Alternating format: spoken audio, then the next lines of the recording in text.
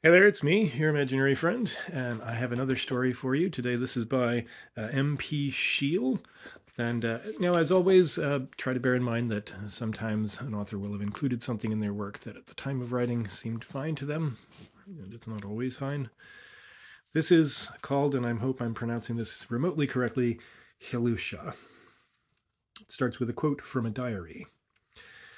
He goeth after her, and knoweth not. 3 days ago. By heaven, it seems an age, but I am shaken. My reason is debauched. A while since I fell into a momentary coma, precisely resembling an attack of petit mal. Tombs and worms and epitaphs, that is my dream. At my age, with my physique, to walk staggery, like a man stricken. But all that will pass. I must collect myself. My reason is debauched. 3 days ago. It seems an age. I sat on the floor before an old cista full of letters. I lighted upon a packet of Cosmos. Why, I'd forgotten them. They are turning sere. Truly, I can no more call myself a young man. I sat reading, listlessly, wrapped back by memory. To muse is to be lost. Of that evil habit I must wring the neck, or look to perish. Once more I threaded the mazy sphere harmony of the minuet, reeled in the waltz, long pomps of candelabra, the noonday of the bacchanal about me. Cosmo was the very Tsar and Maharaja of the Sybarites, the Priap of the Detrach. In every unexpected alcove of the Roman villa was a couch, raised high with necessary footstool, flanked and canopied with mirrors of clarified gold. Consumption fastened upon him. Reclining at last at table, he could, till warmed, scarce lift the wine. His eyes were like two fat glowworms coiled together. They seemed haloed with vaporous emanations of phosphorus. Desperate, one could see, was the secret struggle with the devourer. But to the end the princely smile persisted, calm, to the end, to the last day. He continued among that comic crew, unchallenged choragus of all the rites. I will not say of Paphos, but of Chemos and of Baal Peor. Warmed, he did not refuse the revel, the dance, the darkened chamber. It was utterly black, rayless, approached by a secret passage, in shape circular. The air hot, haunted by odors of balms, bdellium, hints of dulcimer, and flute, and radiated round with 100 thick-strewn ottomans of Morocco. Here Lucy Hill stabbed to the heart Cacifogo, mistaking the scar on his back for the scar of Soriac. In a bath of malachite, the Princess Egla, waking late one morning, found Cosmo lying stiffly dead, the water covering him wholly.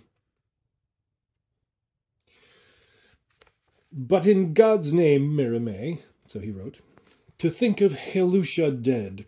Xélucha! Can a moonbeam, then, perish of suppurations? Can the rainbow be eaten by worms? Ha! Ha! Ha! Laugh with me, my friend. El derangera l'enfer. She will introduce the pas de tarantude into Tophet.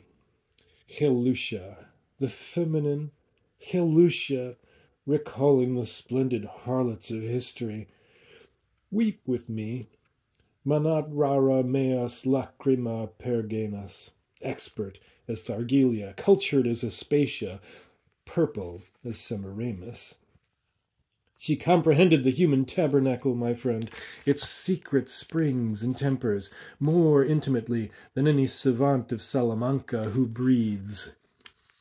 Tarare. But Xélucha is not dead. Vitality is not mortal. You cannot wrap flame in a shroud. Xélucha. Where then is she? Translated, perhaps, wrapped to a constellation like the daughter of Leda. She journeyed to Hindostan, accompanied by the train and appurtenance of a begum, threatening descent upon the Emperor of Tartary. I spoke of the desolation of the West. She kissed me and promised return. Mentioned you too, Mérimée, her conqueror, Mérimée, destroyer of woman. A breath from the conservatory rioted among the amber whiffs of her forelocks, sending it singly a wave over that thulite tint, you know. Costumed cap a pie, she had, my friend, the dainty little completeness of a daisy mirrored bright in the eye of the browsing ox.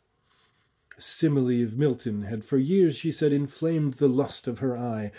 The barren plains of Sericana, where the Chineses drive with sails and wind their caney wagons light.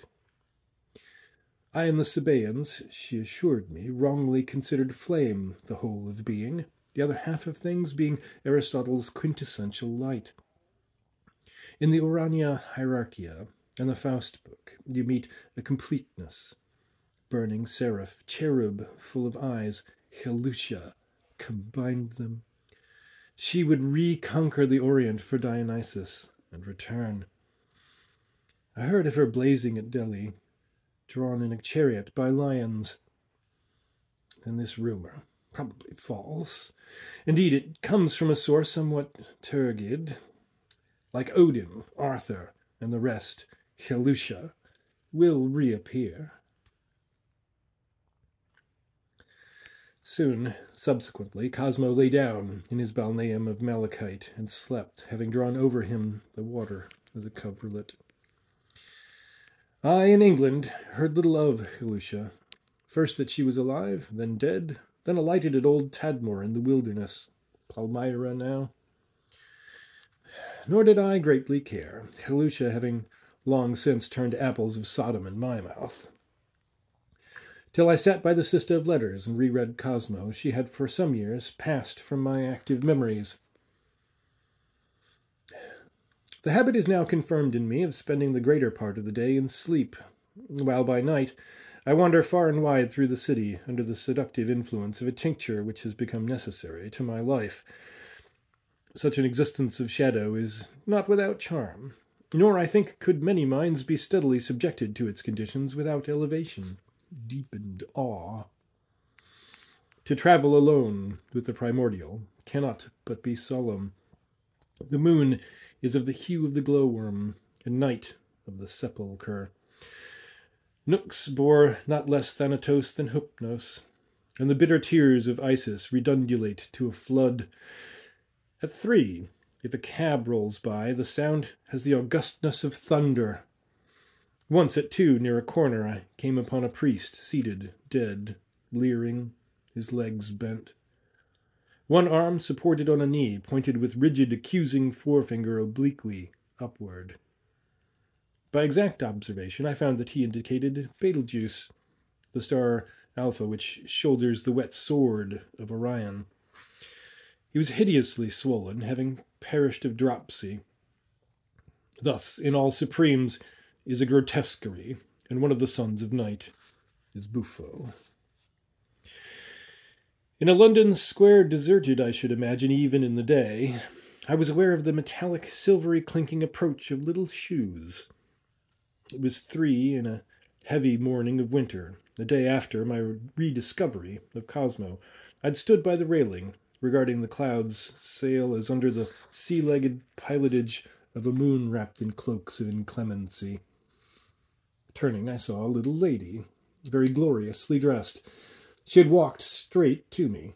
Her head was bare and crisped with the amber stream which rolled lax to a globe kneaded thick with jewels at her nape. In the redundance of her décolleté development, she resembled Parvati, mound-hipped love goddess of the luscious fancy of the Brahmin. She addressed to me the question, "What are you doing here, darling?" Her loveliness stirred me, and night is bon camaraderie. I replied, "Sunning myself by means of the moon." "Oh, that is borrowed lustre," she returned. "You have got it from old Drummond's Flowers of Sion." Looking back, I cannot remember that this reply astonished me, though it should, of course, have done so. I said, "On my soul, no. But you?" You might guess whence I come.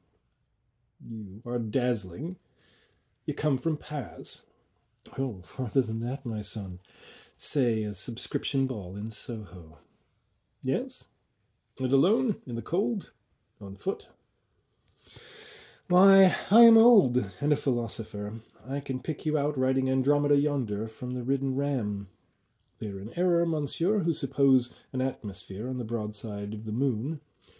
I have reason to believe that on Mars dwells a race whose lids are transparent like glass, so that the eyes are visible during sleep, and every varying dream moves imaged forth to the beholder in tiny panorama on the limpid iris. You cannot imagine me a mere fill? To be escorted is to admit yourself a woman, and that is improper in nowhere. Young Eos drives an equipage à quatre, but Artemis walks alone. Get out of my borrowed light in the name of Diogenes. I'm going home. Far? Near Piccadilly. But a cab? No cabs for me, thank you. The distance is a mere nothing. Come. We walked forward. My companion at once put an interval between us, quoting from the Spanish curate that the open is an enemy to love. The Talmudists, she twice insisted, rightly held the hand, the sacredest part of the person, and at that point also contact was for the moment interdict. Her walk was extremely rapid. I followed. Not a cat was anywhere visible. We reached at length the door of a mansion in St. James. There was no light. It seemed tenantless, the windows all uncurtained, pasted across some of them with the words "To Let." My companion, however, flitted up the steps and, beckoning, passed inward. I, following, slammed the door, and was in darkness. I heard her ascend, and presently a region of glimmer above revealed a stairway of marble, curving broadly up. On the floor where I stood was no carpet nor furniture. The dust was very thick.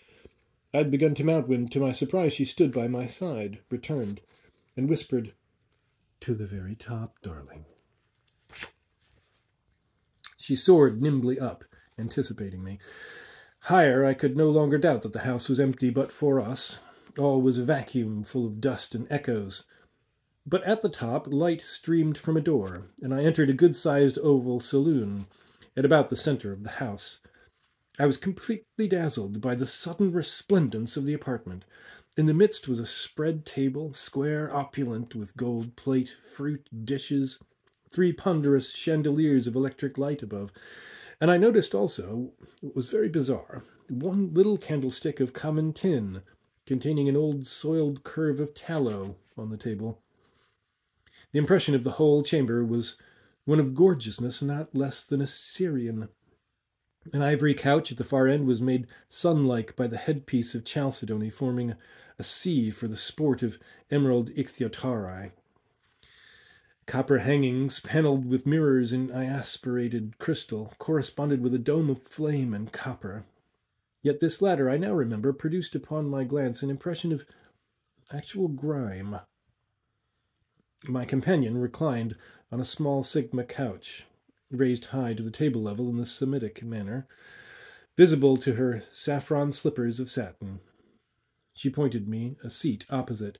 The incongruity of its presence in the middle of this arrogance of pomp so tickled me that no power could have kept me from a smile. It was a grimy chair, mean, all wood, nor was I long in discovering one leg somewhat shorter than its fellows. She indicated wine in a black glass bottle and a tumbler, but herself made no pretense of drinking or eating. She lay on hip and elbow, petite, resplendent, and looked gravely upward. I, however, drank. "You are tired," I said. "One sees that." "This precious little that you see," she returned, dreamy, hardly glancing. "How? Your mood is changed, then? You're morose." "You never, I think, saw a Norse passage grave? And abrupt. Never? A passage grave? No. It is worth a journey. They are circular or oblong chambers of stone, covered by great earth mounds, with a passage of slabs connecting them with the outer air. All round the chamber the dead sit with head resting upon the bent knees, and consult together in silence. "Drink wine with me, and be less Tartarian." "You certainly seem to be a fool," she replied with perfect sardonic iciness. "Is it not, then, highly romantic? They belong, you know, to the Neolithic age. As the teeth fall one by one from the lipless mouths, they are caught by the lap. When the lap thins, they roll to the floor of stone. Thereafter, every tooth that drops all round the chamber sharply breaks the silence." "Ha! Ha! Ha!" "Yes, it is like a century slow, circularly successive dripping of slime in some cavern of the far subterrane." "Ha! Ha! Ha! This wine seems heady. They express themselves in a dialect largely dental. The ape, on the other hand, in a language wholly guttural." A town clock tolled 4. Our talk was holed with silences and heavy paced. The wine's yeasty exhalation reached my brain. I saw her through mist, dilating large, uncertain, shrinking again to dainty compactness. But amorousness had died within me. "Do you know," she asked, "what has been discovered in one of the Danish Kjøkkenmålings by a little boy? It was ghastly. The skeleton of a huge fish with human—" "You are most unhappy." "Be silent. You are full of care. I think you a great fool. You are racked with misery. You are a child. You have not even an instinct of the meaning of the word." "How? Am I not a man? I, too, miserable, careful?" "You are not really anything until you can create." "Create what?" "Matter." "That is foppish. Matter cannot be created nor destroyed." "Truly, then, you must be a creature of unusually weak intellect. I see that now. Matter does not exist, then. There is no such thing, really. It is an appearance, a spectrum. Every writer not imbecile, from Plato to Fichte, has, voluntary or involuntary, proved that for your good. To create it is to produce an impression of its reality upon the senses of others. To destroy it is to wipe a wet rag across a scribbled slate." "Perhaps. I do not care, since no one can do it." "No one? You are mere embryo." "Who then?" "Anyone whose power of will is equivalent to the gravitating force of a star of the first magnitude." "Ha! Ha! Ha! By heaven, you choose to be facetious. Are there then wills of such equivalence?" "There have been 3, the founders of religions.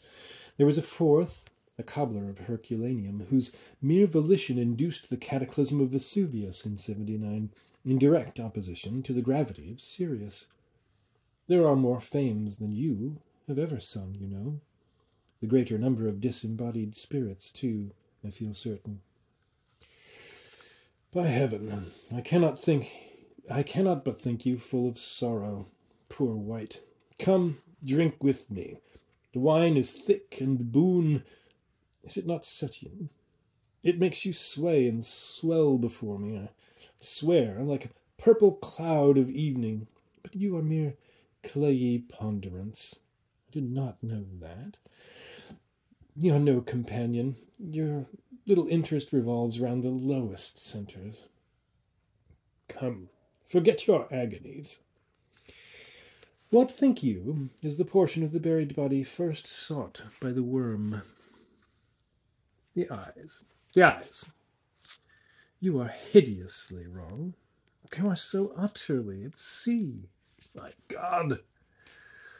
She had bent forward with such rage of contradiction as to approach me closely. A loose gown of amber silk, wide-sleeved, had replaced her ball attire, though at what opportunity I could not guess. Wondering, I noticed it as she now placed her palms far forth upon the table. A sudden wafture as of spice and orange flowers, mingled with the abhorrent faint odor of mortality over-ready for the tomb, greeted my senses. A chill crept upon my flesh. You are so hopelessly at fault, for God's sake. You're so miserably deluded. Not the eyes at all. Then in heaven's name, what? 5 tolled from a clock. The uvula, the soft drop of mucous flesh, you know, suspended from the palate above the glottis. They eat through the face cloth and cheek, or crawl by the lips through a broken tooth filling the mouth. They make straight for it. It is the deliciae of the vault.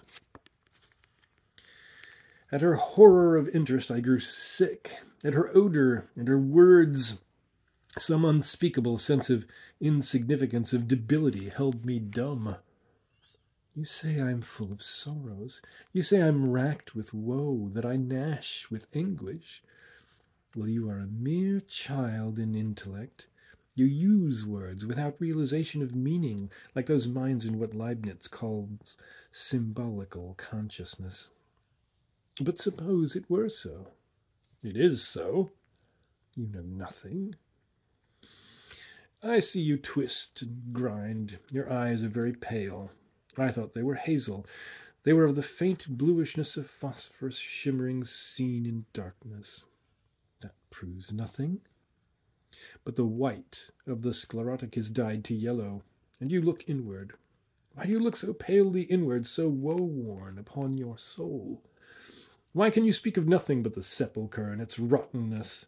Your eyes seem to me wan with centuries of vigil, with mysteries and millenniums of pain. Pain? But you know so little of it.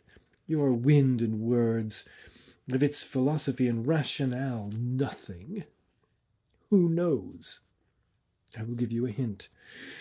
It is the subconsciousness in conscious creatures of eternity and of eternal loss. The least prick of a pin not Paean and Asclepius and the powers of heaven and hell can utterly heal. Of an everlasting loss of pristine wholeness, the conscious body is subconscious, and pain is its sigh at the tragedy. So with all pain, the greater the loss. The hugest of losses is, of course, the loss of time. If you lose that, any of it, you plunge at once into the transcendentalisms, the infinitudes of loss. If you lose all of it. But you so wildly exaggerate. You rant, I tell you, of commonplaces with the woe. Hell is where a clear, untrammeled spirit is subconscious of lost time, where it boils and writhes with envy of the living world, hating it forever and all the sons of life. But curb yourself. Drink, I implore. I implore, for God's sake. But once. To hasten to the snare, that is woe. To drive your ship upon the lighthouse rock, that is Marat. To wake and feel it irrevocably true that you went after her, and the dead were there, and her guests were in the depths of hell, and you did not know it, though you might have. Look out upon the houses of the city this dawning day.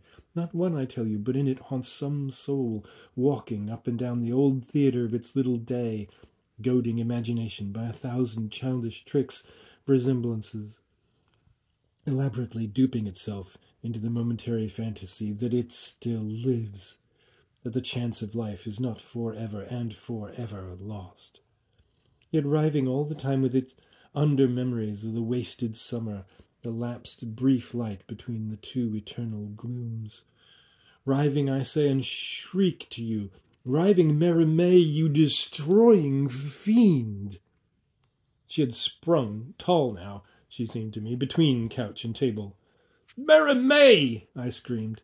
My name, harlot, in your maniac mouth! By God, woman, you terrify me to death! I too sprang, the hairs of my head catching stiff horror from my fancies. Your name? Can you imagine me ignorant of your name, or anything concerning you? Mérimée! Why, did you not sit yesterday and read of me in a letter of Cosmos? Ah! Hysteria burst high in sob and laughter from me and my lips. Ah! Ah! Ah! Xélucha! My memory grows palsied and grey. Xélucha! Pity me! My walk is in the very valley of shadow. Senile and sere. Observe my hair, Xélucha! Its grizzled growth. Trepidant, Xélucha. Clouded. I am not the man you knew, Xélucha, in the palaces of Cosmo. You are Xélucha! You rave, poor worm, she cried, her face contorted by a species of malicious contempt. Xélucha died of cholera 10 years ago at Antioch. I wiped the froth from her lips.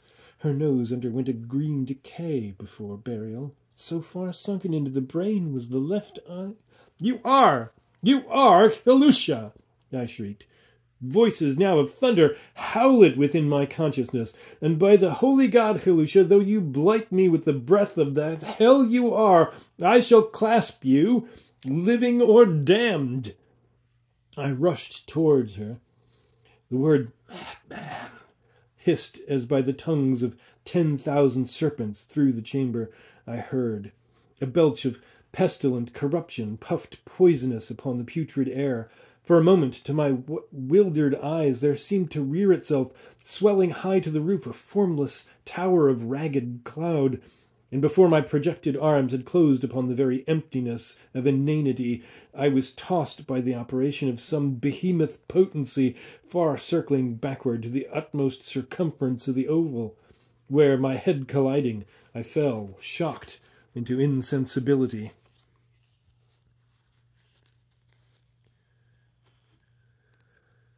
When the sun was low toward night, I lay awake and listlessly observed the grimy roof, and the sordid chair, and the candlestick of tin, and the bottle of which I had drunk. The table was small, filthy, of common deal, uncovered. All bore the appearance of having stood there for years. But for them the room was void, the vision of luxury thinned to air. Sudden memory flashed upon me. I scrambled to my feet and plunged and tottered, bawling, through the twilight into the street.